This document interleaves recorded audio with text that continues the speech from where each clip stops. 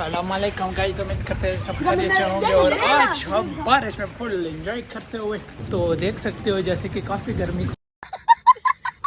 थी और आज बारिश हुआ है और ये टक्करो मेरा दोस्त बारिश में डुबकियाँ लगा रहा है तो बहुत मस्त गंदा गंदा पानी सारा मेरे ऊपर फेंक दिया दिल्ली ने।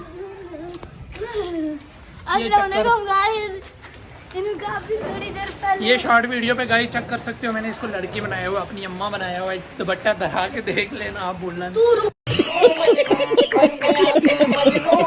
तो गाइस काफ़ी बारिश है और ये चेक कर सकते हो मेरे टिचकुले के मजदूर क्या कर रहे हैं काम।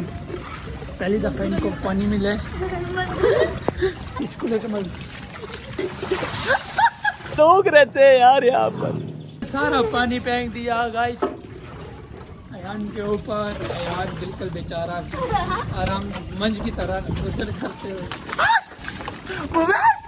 मोबाइल के ऊपर गिरेगा। कुछ हुआ गाइस देख बच्चे मोबाइल गिरा रहे।